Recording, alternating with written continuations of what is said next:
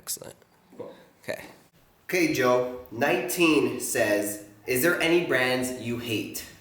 Any brands that I hate? I don't think there's any particular brand I can think of right now that I hate, but what I would say is I hate brands that try to almost like swindle their customer base. Thankfully, market forces themselves will kind of eliminate these brands. You know, I'm really kind of thinking of like Antisocial Social Club, where they collected all these orders and take weeks and weeks and months to fulfill them just because they actually never produced them beforehand. I hate when brands do that. At the end of the day, if customers are spending money with your brand, try to deliver a quality product, because at the end of the day, that's what's going to create sustainability in not only products, but brands themselves.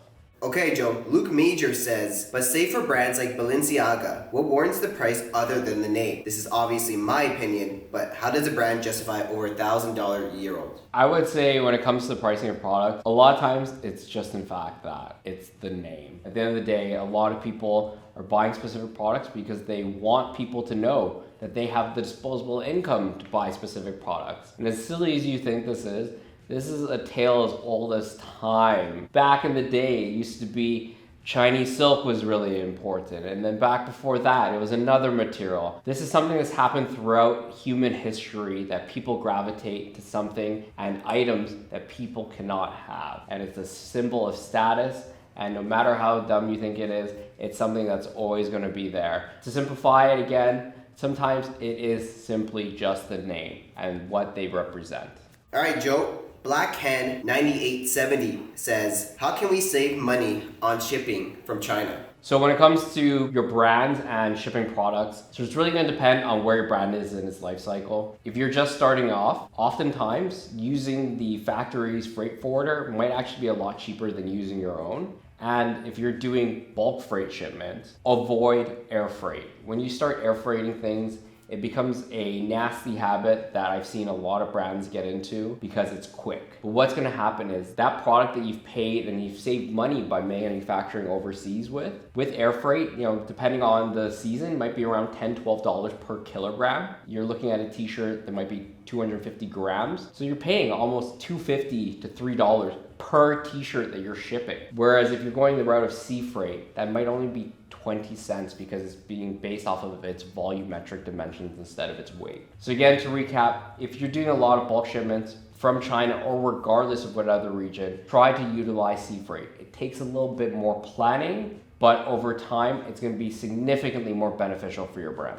Okay, Joe. Andy Das says, love the correlation between the feeling and joy someone gets to the practicality of owning a $600 tee. A lot of people forget that these luxury brands have a vast history and heritage behind them. That is the story you become a part of. Whether that warrants the price tag is up to the buyer to decide. Andy, that's actually a great point that you're making, because the price point of the product, the higher it is and the more it stings, the more you're actually going to probably value that product. Everybody wants a really high quality product for cheap, but at the end of the day, with human psychology, you're just not going to care about it over time. And regardless of what you think, brands do matter. Clothing brands might not matter to you, but I guarantee you, car brand, a phone brand, or even a tool brand might matter to you.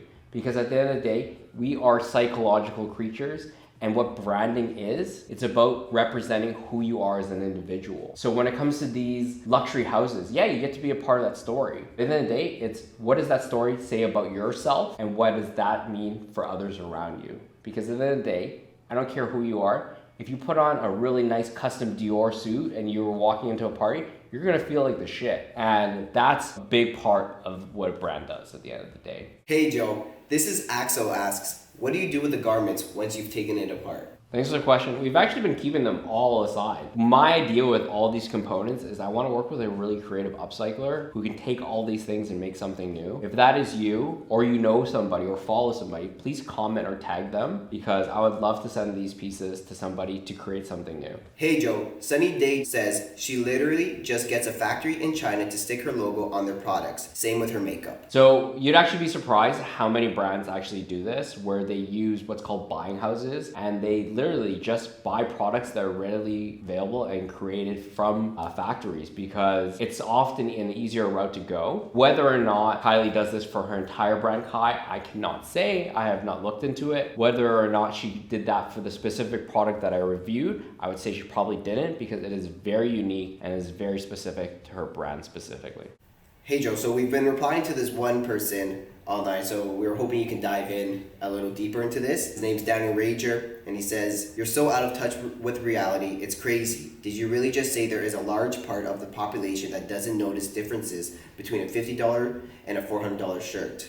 Which we replied to, "Absolutely there is. The same part of the population that would buy a Rolls Royce or a Lamborghini," which he replied to, "So 1% of the people is a large part of the population?" Okay, yeah, actually 1% of the population is a significant part of the population. We have like 8 billion people in this world. 1% of that would be 80 million people. Even if you take 1/10 of 1%, it's still 8 million people. That is plenty to build a brand around and to actually create a product. I think a lot of people, when they're trying to launch a clothing brand or any brand in general, they try to target the mass in the middle, but in the middle is where brands go to die. You need to be very specific of the products you're creating for a specific group of people. So if you're creating a t-shirt for 1/10 of 1% of the population, which is still 8 million people, that is a very large customer base. And you can allow your marketing dollars to be a lot more pinpointed to finding those specific people.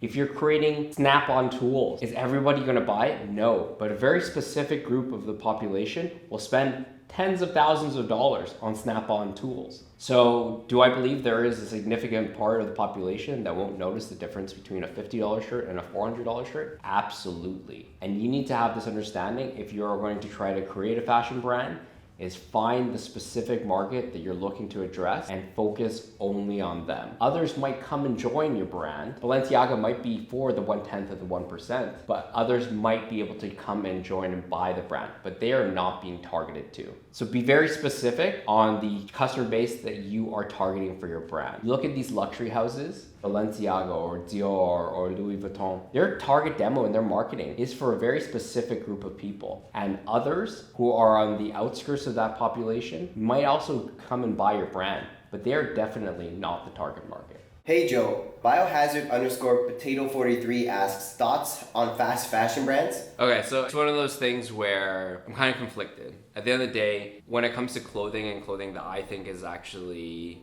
worth your money, it's gonna be clothing that's well made. And when we're looking even about sustainability, the most sustainable clothing is clothing that is well made, that's gonna last you a long time. That being said, I totally understand why fast fashion brands exist. At the end of the day, there is a demand for cheap clothing that maybe doesn't last as long. And as long as that demand is there, fast fashion will always be there. I encourage people to not be so focused on specific trends right now. Find your personal style and find really good pieces that you can just dress in and wear for a really long time. I understand it. I don't personally like fast fashion myself. I don't buy fast fashion clothing myself, but I totally understand. And I also understand people might not have a lot of money and they want to buy clothing to look cool on a night out. So to each their own. At the end of the day, it's your own money and do whatever you want with it. Hey Joe, FCJ asks, what do you think of your print on demand? Yeah, so when it comes to print on demand, a lot of places are going to be using what's called DTG printers, or direct to garment printer. I used to have a company that used to do a lot of this. It's great when you're selling like merch, when you're selling stuff where you don't know what the clients are going to order, but you can have a very large catalog of designs. And there's a lot of companies that actually do this for brands. It's great in terms of being able to have a lower risk because your inventory levels need to be less. You don't have to stock each specific design, so you can have a larger catalog. You can use a variety of different blanks as well that allows customers to kind of pick and choose. So I think the technology is kind of cool, and I think the idea of print on demand is really good. I would say in terms of quality of the print, it's not as good as a silkscreen or any other method. I would say the longevity of the actual print as well isn't going to be as great.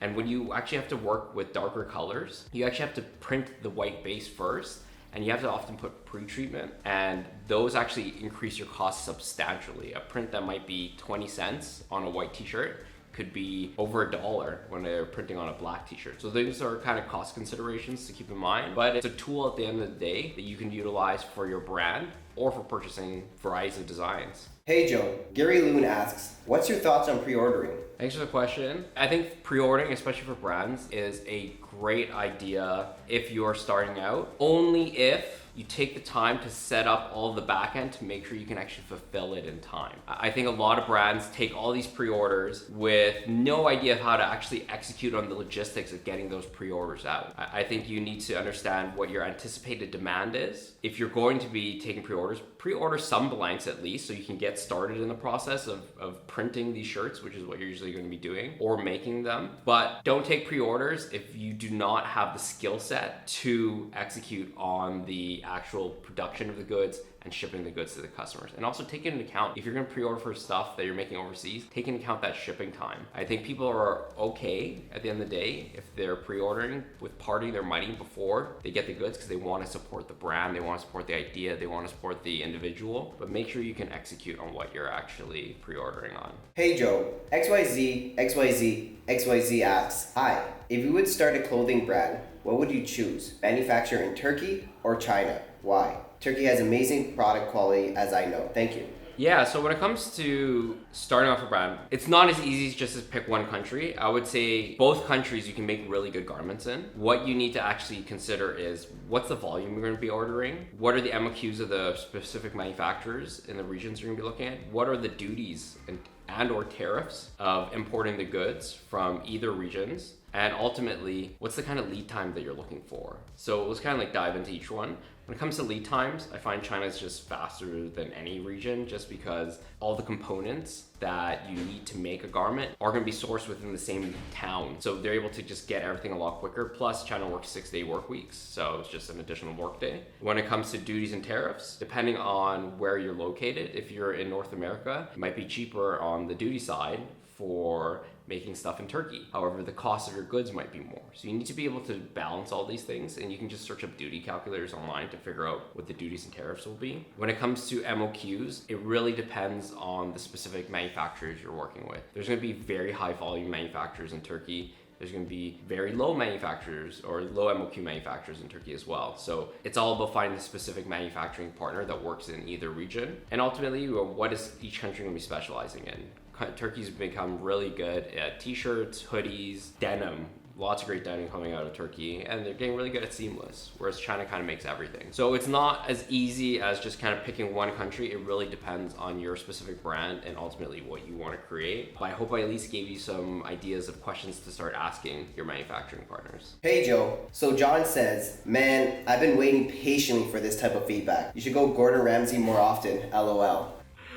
I saw this comment. Thanks, Sean. At the end of the day, I'm really just calling out what I see in front of me. I'm kind of brand agnostic. I don't really care what brands I'm looking at, but ultimately that pant was really poorly made. When I see a product that was that poorly made, it's not like someone made a mistake. It's a complete failure of the quality control systems. That being said, I don't know how Cuts is operating. I don't know if this was their first time making stuff in Vietnam. I don't even know if they're aware of this. You'd be surprised when it comes to brands. Everyone thinks that brands got their shit together and they're these big corporate juggernauts. But I've seen brands that are doing $100 million in sales that are still trying to just figure things out. So that's why I kind of give brands a little more slack than maybe people think that they deserve. And I kind of pin it more on the manufacturing process and the partners. But whoever's ever doing the production and whoever's managing the quality control at Cuts, you need to revisit this manufacturer. You need to have better oversight over your entire processes so you can deliver a quality product for your customers at the end of the day, because that is actually what's going to keep your customers, and that's how you're going to actually have a very sustainable brand long term. When you start cutting corners and you start trying to maximize profit, that is a quick way for a brand to just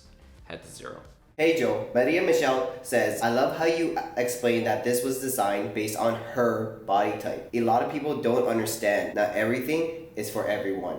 Thanks for that comment. So when it comes to creating fashion products, and this goes across any brand regardless of where they are in the world, the very first step is you're going to be actually building this garment around what's called a block. And the block is the dimensions that you're going to be utilizing for the specific garment. What happens with a lot of brands, and I've seen this hundreds of times, is purely out of just convenience. Either the designer of the brand or the brand owner ends up being the fit model. And what happens is they get their first prototype and they make the adjustments so it fits them better. And then they go round 2, round 3, and then by the end of it, the garment fits them perfectly. And a lot of brands just aren't aware of this, that you shouldn't be doing that, because while it may fit you perfectly as the brand owner or the designer, what happens is unless your customers are your exact body type, it is not going to fit them perfectly. And oftentimes it can actually hamper the fit of the garment for your target demo. I just did the review of the Cuts jogger. The seat was really tight and the waist was really tight for my size. That just goes to show me that the fit model for that specific brand has a smaller ass and has a smaller waist. Is there anything wrong with that? No, if they are just selling to their particular body type again.